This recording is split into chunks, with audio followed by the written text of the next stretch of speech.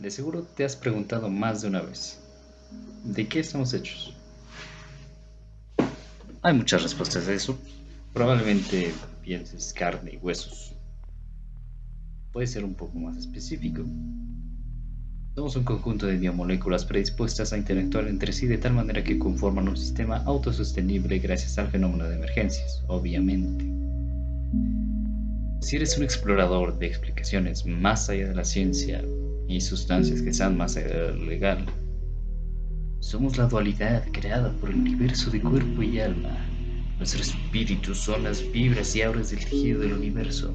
Nuestro cuerpo es producto del polvo de estrellas que ha viajado miles de millones de años para ser un recipiente en armonía para tu ser. Bueno, pues no estarías del todo mal, mi querido amigo de sospechosos ojos rojos.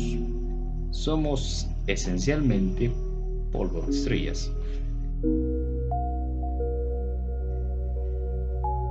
Bien, somos todo eso, codificado en una molécula que está dentro de cada una de nuestras células, ácido desoxirribonucleico. Cada gen codifica cada uno de estos aspectos de los organismos.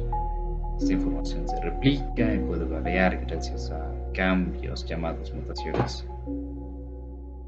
Perfecto, ya sabemos el principal concepto que nos define. Bueno, al menos que define a los organismos estructuralmente. ¿Por qué me pregunto esto en vez de dormir? Pero, ¿qué pasaría si juntáramos los dos elementos que definen en su totalidad al humano, tanto física como mentalmente? Pues mi ciclo circadiano tendría problemas. Eso pasaría. A la mierda. Buenos días, tardes o noches. Bienvenidos a otro video más donde me ven hablando como subnormal.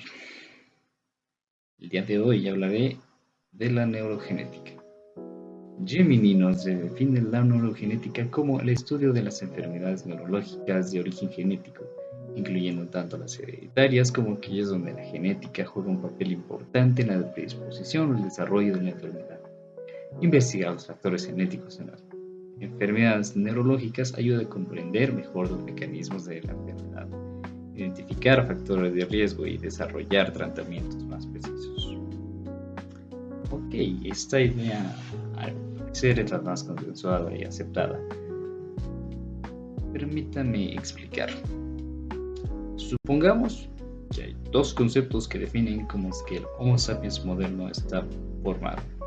La parte estructural, digamos, que recae en el código genético, moléculas, sistemas, rendimientos, etc.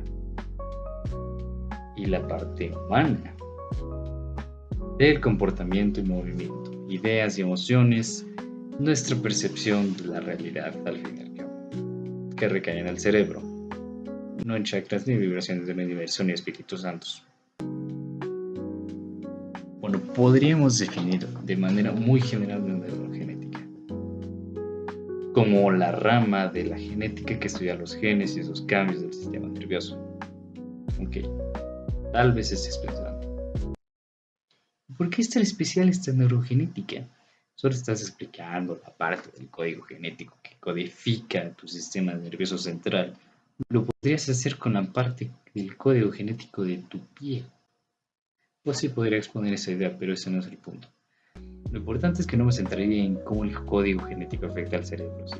Y por lo tanto al comportamiento humano, que también es muy interesante.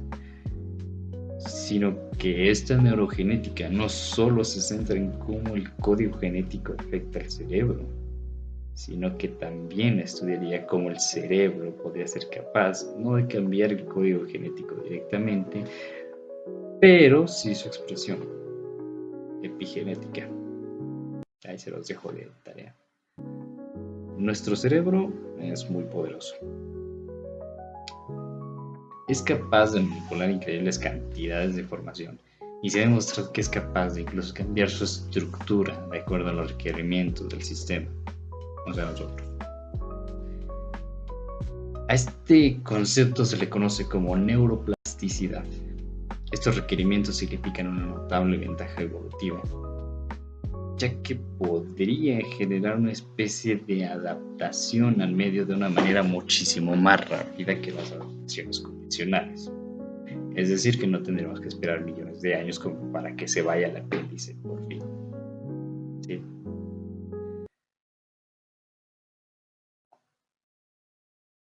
Además de que la adaptación no tendría que ser necesariamente poblacional, sino que podría llevarse a cabo de manera individual, dependiendo de las rutinas o hábitos de cada individuo. Esto puede darse gracias a comportamientos repetitivos o estímulos ambientales fuertes, emociones y experiencias. Supongamos que aprendes a tocar un instrumento, ¿no? Pues tu cerebro empezaría a modificar algunas conexiones ya hechas para consolidar el aprendizaje. En fin, este concepto es bastante interesante y sobre todo complejo, así que no me daría tiempo de explicarlo todo aquí. No estoy tan loco. Para mí, el sistema perfecto. Entonces, ¿cómo es posible que la expresión del código genético pueda verse afectada por la actividad cerebral? Bueno, retomemos el ejemplo del instrumento. El cerebro, al estar aprendiendo, puede activar la expresión del gen BDNF. No me pregunte qué significa porque la verdad no sé. Gen que codifica la proteína con ese mismo nombre y cuya función es aumentar la plasticidad y fortalecer las conexiones neuronales. Pero en estos casos no es en lo que se centra la neurogenética, sino que va más allá, de donde el comportamiento se ve afectado por trastornos, involucrándose así más factores y haciéndola más compleja. Perdón si quería centrar este video y encontrar una explicación simple. Que Dios se pierde de tu alma en los próximos minutos. El único ejemplo en el que puedo pensar y explicar con tal vez no mucha claridad, honestamente, es uno tal vez inusual: la psicopatía, oficialmente trastorno antisocial de la personalidad. Otra vez. No se sabe a ciencia cierta cómo es que la psicopatía está codificada dentro del ADN, pero sí se han hecho algunos estudios donde se ha observado un factor común. Dentro del cerebro se lleva a cabo un proceso llamado proceso de recaptación de serotonina. En este proceso se elimina la serotonina sobrante fuera de una sinapsis después de que haya pasado una señal de este mismo neurotransmisor de una neurona a otra. Simplificando. Hay una señal, se pasa la serotonina y queda un poco alrededor de toda la sinapsis. Bueno, pues en un cerebro normal, esta serotonina restante se reciclaría a través de una enzima llamada MAOA. MAOA. Tampoco sé qué significa, no me pregunten. Bueno, pues en el cerebro de un psicópata no se produce esta reacción. Entonces quiere decir que al no ser procesada esa serotonina restante, sobra un poco alrededor de todas esas sinapsis y afecta al cerebro. Aclaro de una vez, esto no significa que los psicópatas sean más felices, ya que la serotonina es constantemente relacionada como la hormona de la felicidad. La serotonina, al igual que muchos neurotransmisores, juega un papel de neuromodulador. Esto quiere decir que regula, intensificando, disminuyendo, iniciando o inhibiendo algunas otras reacciones. Un instrumento más en una orquesta de billones de compases. Yo quiero... La razón por la que este proceso no se lleva a cabo en toda su efectividad es por el mismo gen que codifica la producción de la enzima que sintetiza esta molécula. En los psicópatas se ha observado que hay una variación llamada MAOAL de low, que se expresa como una producción más baja de esta enzima.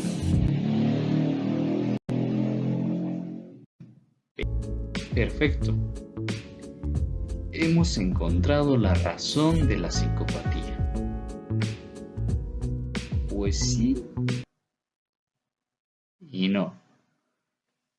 Porque aquí es donde entra el factor cerebrogenética y donde podemos ver más la complejidad de esta ciencia.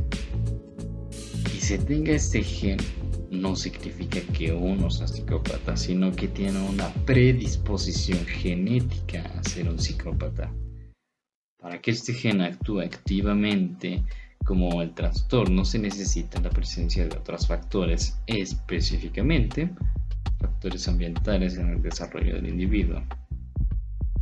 Eventos como la violencia, el acoso, otras experiencias fuertes o incluso lesiones pueden cambiar drásticamente la estructura cerebral del individuo, tanto que la predisposición genética tenga efectos en esta misma estructura cambiada, afectando al comportamiento y afectando a la comunicación entre partes del cerebro como el córtex prefrontal o el sistema límbico, dando en muchos cambios el comportamiento psicópata. Ya quiero dormir con un carajo. Quisiera poder explicar más a detalle este tema, pero ya van más de las 12, ya es mi hora de dormir. Y tampoco quiero abrumarlos. Al fin y al cabo, solo quería darles un buen vistazo a lo que es esta ciencia, su complejidad, a qué se dedica y su importancia. Bueno, ¿con qué nos quedamos antes de que me ahorquen?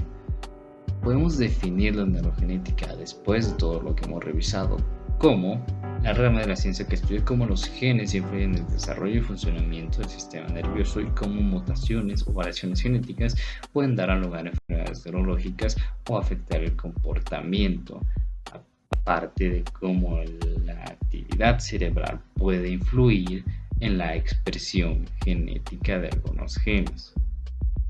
Vimos cómo el funcionamiento del cerebro se ve estructurado en el código genético y cómo es que la actividad cerebral puede cambiar la expresión genética del mismo, volviendo así al mismo cambio del cerebro. A ver, repite. Esta ciencia es increíblemente compleja. Y vimos que no solo puede explicar el comportamiento de todo este sistema, desde tocar un instrumento hasta la psicopatía. Existen más trastornos con más relevancia y complejidad que la psicopatía. Enfermedades neurodegenerativas como Alzheimer o Parkinson, cuya solución se ha demostrado que pueden tener tanto implicaciones genéticas como conductuales y por lo tanto neurológicas en algunos casos. Al parecer nuestra integridad no resulta ser tan arbitraria después de todo. Somos un cambio constante de millones de años de antigüedad. La neurogenética nos enseña el increíble poder del cerebro, mostrándonos que no son simples planos de ADN, sino que podemos ser sus propios arquitectos.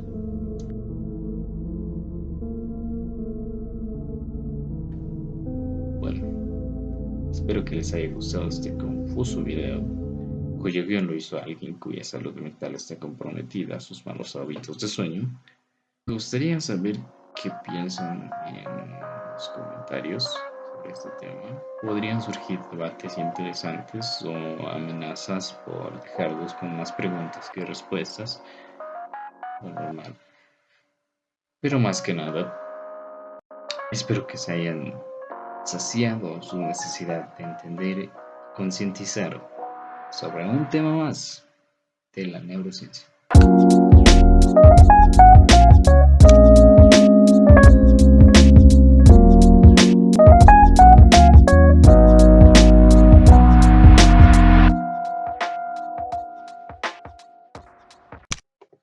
quiero volver. Ven a esos rocks.